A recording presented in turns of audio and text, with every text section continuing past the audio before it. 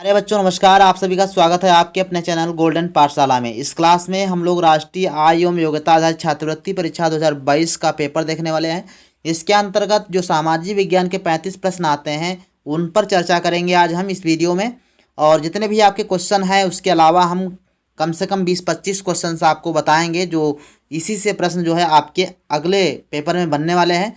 तो सभी लोग एक बार वीडियो को शेयर कर देंगे और इस प्रश्न पत्र से हूबहू आपको कम से कम 2 प्रश्न जरूर मिलेंगे देखने को।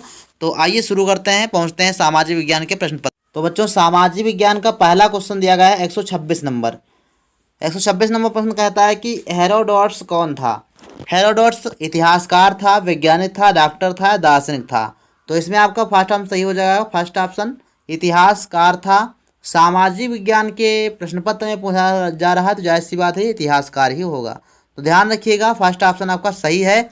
और हेरोडोटस को इतिहासकार जन्मदाता या जनक भी कहा जाता है। तो ध्यान रखिएगा, इंपॉर्टेंट प्रश्न ये यहाँ से बन सकता है।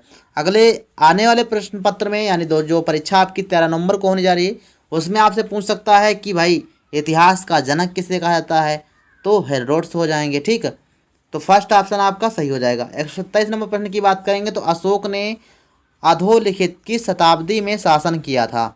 ऑप्शन आपके पास हैं 4वीं शताब्दी, 3री शताब्दी, प्रथम या द्वितीय शताब्दी। तो इसमें आपका राइट आंसर बच्चों है 3री शताब्दी ईस्वी में, शताब्दी ईसा पूर्व में अशोक ने शासन किया। इन्होंने 361 ईसा पूर्व में जो है युद्ध लड़ा था जिसका नाम था कलिंग का युद्ध।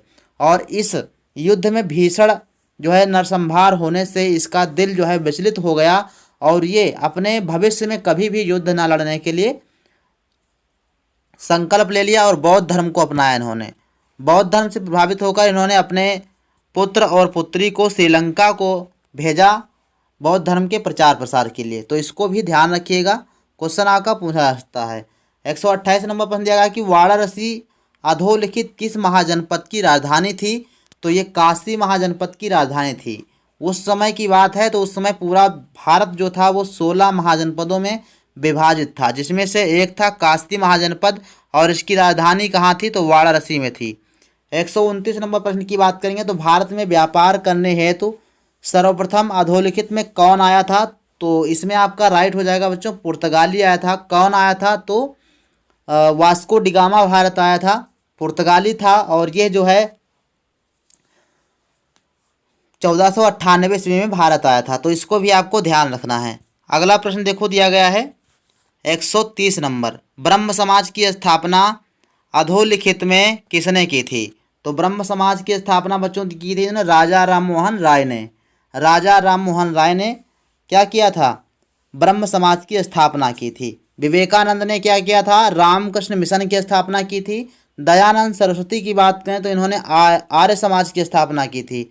तो सबको ध्यान रखिएगा, इंपॉर्टेंट प्रश्न आपके यहाँ से बनेंगे। 131 नंबर, गुलाम वंश का अधोलिखित में संस्थापक कौन था। तो गुलाम वंश का संस्थापक कुतुबुद्दीन ऐबक को माना जाता है। अगर यही क्वेश्चन आपसे दूसरे तरीके से पूछे कि वास्तविक संस्थापक किसे माना जाता है तो इल्तुतमिश होगा। ध्यान रखेंगे, गुलाम वंश का वास्तविक संस्थापक पूछे तो इल्तुतमिश था।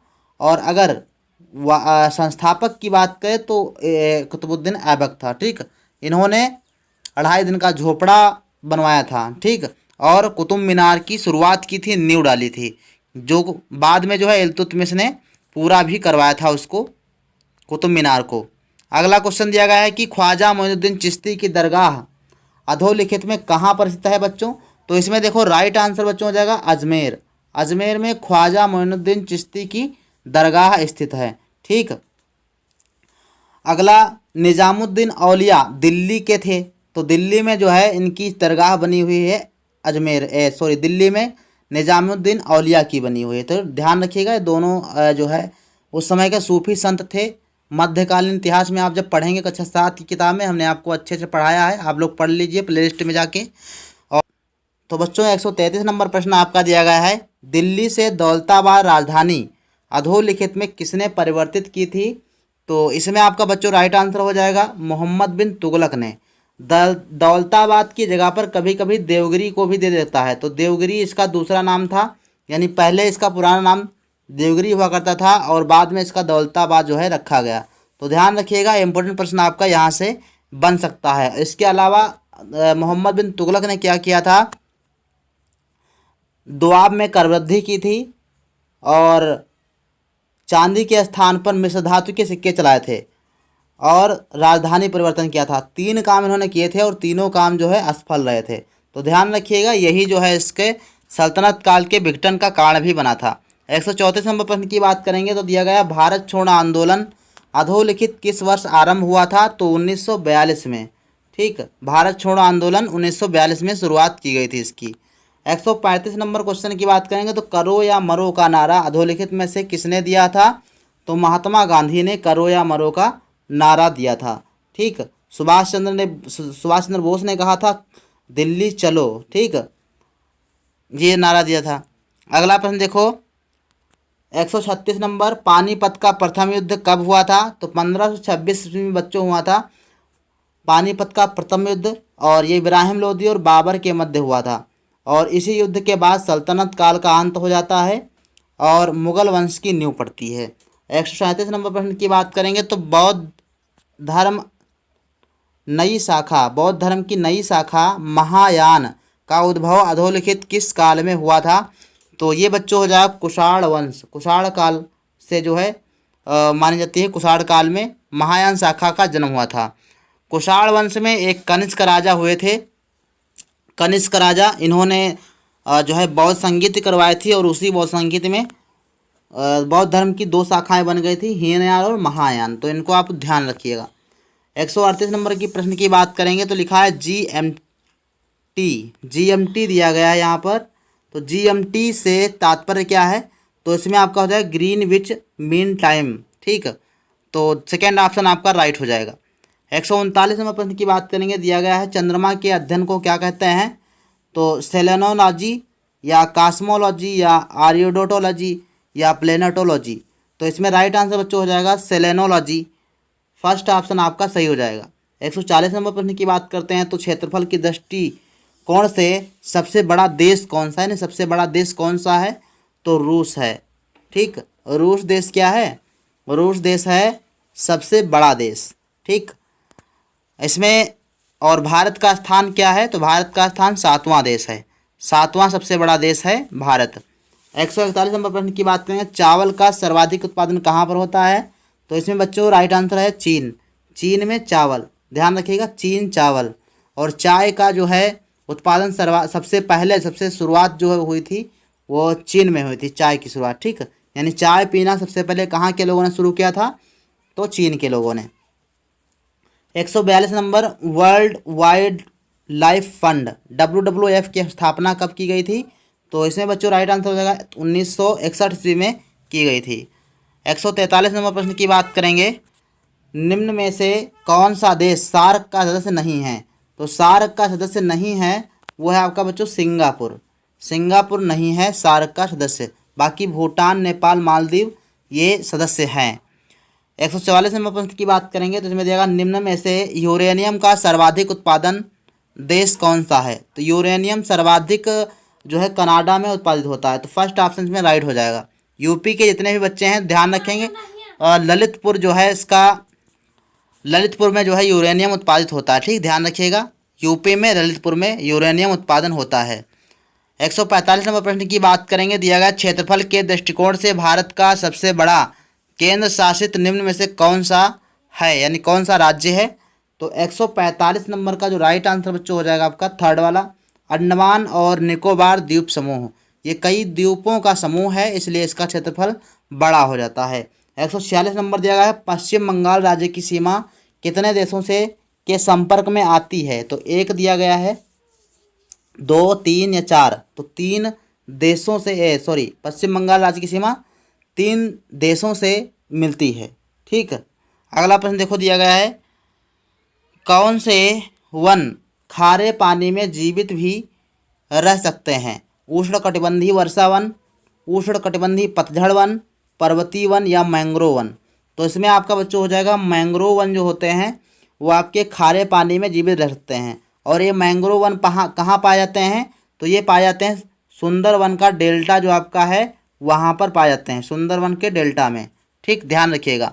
148 नंबर प्रश्न की बात करेंगे, दिया गया कौन से द्वीप समूह सुनामी 2004 से प्रभावित हुए थे? तो अंडमान और निकोबार द्वीप समूह। 149 की बात करेंगे तो वायुमंडल में कितने % ऑक्सीजन पाया जाता है? 21% पाया जाता है, ध्यान रखिएगा, और 78% नाइट्रोजन होती है। इसके अलावा 150 नंबर प्रश्न की बात करेंगे तो नगर पालिका का मुखिया कौन होता है? तो ऑप्शन है प्रधानमंत्री, सरपंच, राज्यपाल और मेयर। तो नगर पालिका जो होती है उसका मुखिया मेयर होता है, चौथा ऑप्शन सही हो जाएगा। अगले प्रश्न की बात करेंगे तो सर्वोच्च न्यायालय के मुख्य न्यायाधीश की नियुक्ति कौन करता है? तो सर्वोच्च न्यायालय के मुख्य न्यायाधीश की नियुक्ति राष्ट्रपति करता है। नियुक्ति से संबंधित जितने भी आपके क्वेश्चन होते हैं तो उनमें आपको अगर नहीं मालूम है तब की दशा में आप राष्ट्रपति लगा सकते हो, ध्यान रखिएगा, ठीक है। अगर नहीं आता, अगर आता है तो आप सही कंफर्म लगाइए, अगर नहीं आता है तो राष्ट्रपति को आप टिक कर दीजिए। ज़्यादातर नियुक्तियाँ राष्ट्रपति ही करते हैं। और राज्य की बात करेंगे, जो राज्य के अंतर्गत नियुक्तियाँ होती हैं वो राज्यपाल करता है ज़्यादातर। 152 नंबर प्रश्न की बात करेंगे तो भारत में संविधान दिवस कब मनाया जाता है? तो 26 नवंबर, इसमें आपका चौथा ऑप्शन सही हो जाएगा। 26 नवंबर 1949 ईस्वी को हमारा संविधान अंगीकृत किया गया था, तभी से संविधान दिवस मनाया जाने लगा 26 नवंबर को। 153 नंबर, योजना आयोग की स्थापना कब की गई थी? तो इसमें राइट आंसर आपका हो जाएगा बच्चों 1950, ठीक है। 154 नंबर की बात करेंगे तो किस वर्ष बच्चों के अधिकारों के संरक्षण के लिए राष्ट्रीय आयोग की स्थापना की गई थी, यानी राष्ट्रीय बाल श्रम आयोग की स्थापना 2007 में की गई थी और 2005 अधिनियम के अंतर्गत की गई थी, ध्यान रखिएगा। 2005 अधिनियम के अंतर्गत की गई थी और 2007 में की गई थी, ध्यान रखना। अधिनियम कौन सा था? अधिनियम 2005 था। और कब की गई थी? 2007 में की गई थी।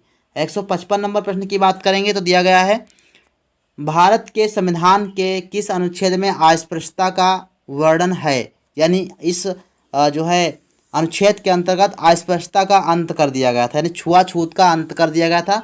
तो अनुच्छेद 17 जो है कहता है कि कोई भी व्यक्ति एक दूसरे से जो है छुआछूत भेदभाव नहीं कर सकता।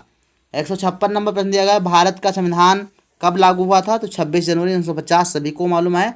और बन के कब तैयार हुआ था? तो 26 नवंबर 1949 को। 157 नंबर प्रश्न की बात करेंगे तो इसमें दिया गया है कि मौलिक अधिकारों की श्रेणी में नहीं आता है।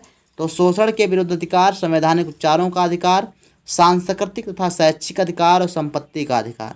तो ये संपत्ति का अधिकार आपका शामिल नहीं होता है क्योंकि ये पहले 7वां अधिकार था, इसको हटा करके अब मात्र 6 अधिकार आपको दिए गए हैं। तो संपत्ति का अधिकार मौलिक अधिकार नहीं है, ये सामान्य साधारण अधिकार के रूप में आपका दिया गया है। 158 नंबर प्रश्न की बात करेंगे, निम्न में से किसे निम्न सदन कहा जाता है? 158 नंबर प्रश्न, लोकसभा को निम्न सदन कहते हैं और उच्च सदन की बात करेंगे तो राज्यसभा को कहते हैं, ध्यान रखिएगा, इंपॉर्टेंट प्रश्न आपका दिया गया था। 159 नंबर की बात करेंगे, इसमें दिया गया है कि भारतीय संविधान निम्न में से कौन सी नागरिकता प्रदान करता है? 159 नंबर प्रश्न, इसमें आपका हो जाएगा एकल नागरिकता, ठीक, एकल नागरिकता प्रदान करता है, यानी हम अपने राज्य के भी नागरिक हैं और देश के भी नागरिक हैं, तो एकल नागरिकता प्रदान करता है भारत का संविधान। 160 नंबर के प्रश्न की बात करेंगे तो मौलिक अधिकारों का संरक्षक है? तो न्यायपालिका मौलिक अधिकारों का संरक्षण करती है, ठीक। इस प्रकार से आपको याद रखना है। और 35 प्रश्न हमने सामाजिक विज्ञान के आपके करवा दिए हैं और नेक्स्ट वीडियो में